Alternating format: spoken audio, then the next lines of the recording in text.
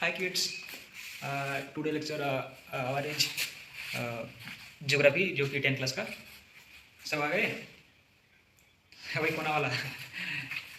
क्या है, क्या नाम है तुम्हारा? मुन्ना। अच्छा, ठीक है, हंसो मत, यहाँ देखो। ठीक है, स्टार्ट करते हैं ज्योग्राफी फर्स्ट चैप्टर जो कि हमारा रिसोर्सेज एंड डेवलपमेंट। समझ गए? अच्छा, रिसोर्सेज का मतलब क्या होता है, कोई बता सकता है?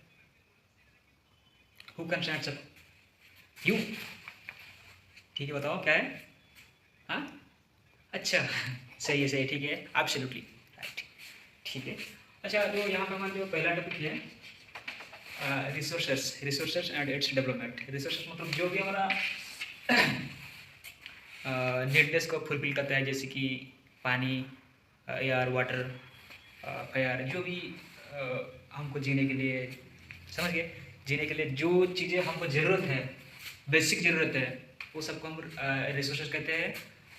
वो हम कैसे भी करके, जैसे कि डायरेक्टली और इनडायरेक्टली हम उसके ऊपर डिपेंडेंट हैं, समझ गए।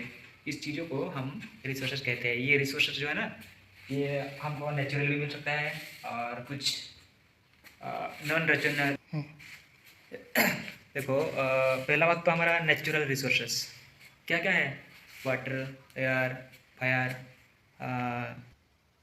ठीक है बच्चों, ये चार जो हमारा रिसोर्सेस है, और भी कई सारे रिसोर्स है, लेकिन ये चार रिसोर्सेस को हम मोस्टली ध्यान देते हैं, समझ गए। अच्छा, अगर मैं कहूँ तो आपके पास 2 किलो चावल है, समझ लो एक रिसोर्सेस है, समझ गए। समझ लो, मान लो ये तुम्हारा रिसोर्सेस है, इसको तुमको 5 दिनों में खाना है। अगर तुम एक दिन में 250 ग्राम खाओगे तो 5 दिन आराम से हो जाएगा, समझ गए। अगर तुम एक दिन में आधा किलो खाओगे तो और बाकी दिन क्या करोगे, समझ गए। बात कुछ इस तरह का है। इसलिए ये जो रिसोर्सेस है हमारा फ्यूचर जनरेशन, जो कि नेक्स्ट जनरेशन, उसके लिए हमको क्या करना है, डेवलपमेंट करना है। और क्या क्या, और उसको संरक्षण, क्या कहते हैं, संरक्षण, मतलब नेक्स्ट जनरेशन के लिए कुछ बचाना भी है, समझ गए। उसको डेवलपमेंट करना है और बचाना भी है। तो पहले बात तो मैं ज्योग्राफी स्टार्ट करने से पहले आपको बता दूं, ज्योग्राफी मतलब क्या होता है, भौगोलिक, समझ गए। भौगोलिक मतलब भू, भू मतलब क्या, लैंड, लैंड, गोल्ड मतलब गोल्ड, गोला। भूगोल का मतलब जो ओरिजिनल मतलब होता है वो जो भूमि, भूमि मतलब लैंड, लैंड गोल है, समझ गए। ये भौगोलिक का ओरिजिनल मतलब है। अ, इसलिए ज्योग्राफी, अगर हम ज्योग्राफी में एंटर करते हो तब हमको मैप, मैप बहुत इंपॉर्टेंट चीज़ है, समझ गए। मैप वगैरह, जो भी पर्वतों और नदियाँ, खनिज संपद, ये सब बेसिक चीज़ें हैं ज्योग्राफी के लिए। इसलिए मैं यहाँ पे एक ये बना दिया, एक इंडिया का मैप बना दिया। आपको पता ही है, यहाँ पे नॉर्थ, साउथ, ईस्ट, वेस्ट, ये सब तो आता ही होगा ना। नहीं आता है तो कोई बात नहीं, ये देख लो। ये नॉर्थ होता है, इसको कैपिटल एन से डिनोट करते हैं। ये साउथ होता है, कैपिटल एस से डिनोट करते हैं। ये ईस्ट होता है, कैपिटल ई से डिनोट करते हैं। ये वेस्ट होता है, डब्ल्यू से, कैपिटल डब्ल्यू से डिनोट करते हैं, समझ गए। ये हमारा भारत का मानचित्र है। यहाँ जो इसका जो भी पड़ोसी राज्य, समझ गए, पड़ोसी राज्य, यहाँ पे अगर हम बात करते हो नॉर्थ वेस्ट में जो भी है वो नेपाल है यहाँ पे, और हमारा चाइना भी रहेगा यहाँ पे। ये भी एक हमारा ये है, पड़ोसी राज्य है, पड़ोसी देश है, सॉरी पड़ोसी देश है। अगर हम ईस्ट की बात करें तो ईस्ट के यहाँ पे एक हमारा क्या है, बांग्लादेश है। बांग्लादेश भी हमारा ये पड़ोसी देश है। यहाँ पे साउथ में, ये साउथ है। यहाँ पे आपको पता है ये भारत से भी इंटरकनेक्टेड है। क्या हुआ था श्रीलंका में, पता है आपको? रामायण हुआ था, पता है। राम प्रभु रामचंद्र गए थे, स्टोरी तो सुना ही होगा, ठीक है, स्टोरी पे नहीं जाएंगे, इसको ध्यान देना है। वेस्ट में आएंगे तो यहाँ पे आपको ये मिल जाएगा, पाकिस्तान मिल जाएगा, अफगानिस्तान मिल जाएगा। ये सब बेसिक चीज़ें हैं। और आपको यहाँ पे जो ये उत्तर, नॉर्थ मतलब क्या, उत्तर होता है ना, ये उत्तर दिशा में जो आपको बहुत सारे पर्वतों मिल जाएगा। जैसे कि सबसे फेमस क्या है, हिमाचल, सब जानते हैं। पर्वतों का क्या संरक्षण, मतलब बसगृह जैसा है, मतलब फुल ऑफ पर्वत, फुल ऑफ हिल्स, समझ गए। इसलिए ये जो हिमाचल पर्वत, ये तीनों रेंज में डिवाइड किया गया है, तीनों रेंज में, समझ गए। एक तो वेस्ट हिमालय,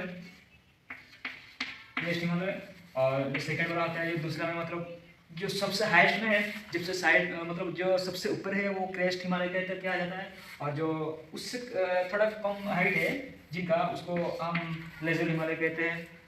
और तीसरा बात जो सबसे नीचे है, सबसे नीचे मतलब जिनका हाइट सबसे कम है इन दोनों के कंपेयर टू, उसको हम शिवालिक कहते हैं, समझ गए। ये तीनों रेंज हिमालय का अंडर आता है, समझ गए। ये था हमारा बेसिक चीज़ें। अच्छा, इसको जो पर्वत हो गया, ट्रीज हो गया, नदियाँ हो गया, पहाड़ हो गया, लैंड हो गया, इसको हमको डेवलपमेंट करना है। अच्छा, जैसे कि मैं अगर कहूँ एक बच्चा ये पैदा होते ही ये इंग्लिश बोलता है, बताओ? नहीं बोल पाता था ना, इसको सीखना पड़ता है, खुद को धीरे धीरे धीरे धीरे डेवलप करना पड़ता है। तो बात कुछ इस टाइप का है। इसलिए हमारे पास जितने भी लैंड है, मान लो 100% है, इसको हमको यूज़ तो करना ही है, और इसके साथ हम इसको डेवलप करेंगे ताकि हम इसको फ्यूचर जनरेशन के लिए, नेक्स्ट जनरेशन के लिए रिजर्व कर सकते हैं। इसके लिए हम प्रैक्टिस करेंगे, सस्टेनेबल प्रैक्टिस, लैंड रिसोर्सेज को बचाने के लिए मृत्तिका संरक्षण, ऐसे कुछ, समझ गए। आज के लिए बस इतना ही है। ये इंडिया में इसको थोड़ा ध्यान देना, और नॉर्थ साउथ ईस्ट वेस्ट ये सबको ध्यान देना। यहाँ पे अगर मैं बात करूँ तो यहाँ पे मिजोरम, नागालैंड, सिक्किम, आसाम ये सब यहाँ पे आता है, पता है। और जो ऊपर में जो उत्तर नॉर्थ में आता है, जम्मू कश्मीर, यहाँ पे हिमाचल रह गया,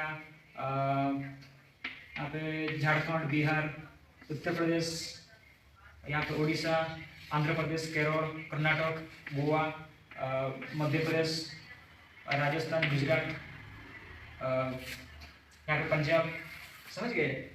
ये सारे चीज़, ये जो सारे इंडिया का फुल मैप को आपको एक मतलब होमवर्क में दे रहा हूँ, ये आपको नेक्स्ट क्लास में बताना होगा, समझ गए। ये इंडिया का पूरे मैप बनाना है, और उसमें किस जगह पे कौन से राज्य है, समझ गए, कौन सी स्टेट है। जैसे कि यहाँ पे जम्मू कश्मीर है, इसको आपको बिना देख के बताना होगा, समझ गए। यहाँ पे जैसे कि कर्नाटक हो गया, यहाँ पे आसाम हो गया, यहाँ पे गुजरात हो गया, ठीक है। कुछ इस टाइप से आपको बिना देख के बताना होगा। यहाँ पे कितने पहाड़ हैं, कितने रेंज में डिवाइड हुआ है, यहाँ का पड़ोसी राज्य कौन सी है, समझ गए। ये सब आपको नेक्स्ट क्लास में पूछूंगा, ठीक है। आज के लिए इतना ही। ये तो थोड़ा सा डेमो लेक्चर था। कल से हम पूरी सिलेबस में जाएंगे, उसके डीप नॉलेज को गेन करेंगे, ठीक है। बाय बाय बच्चों।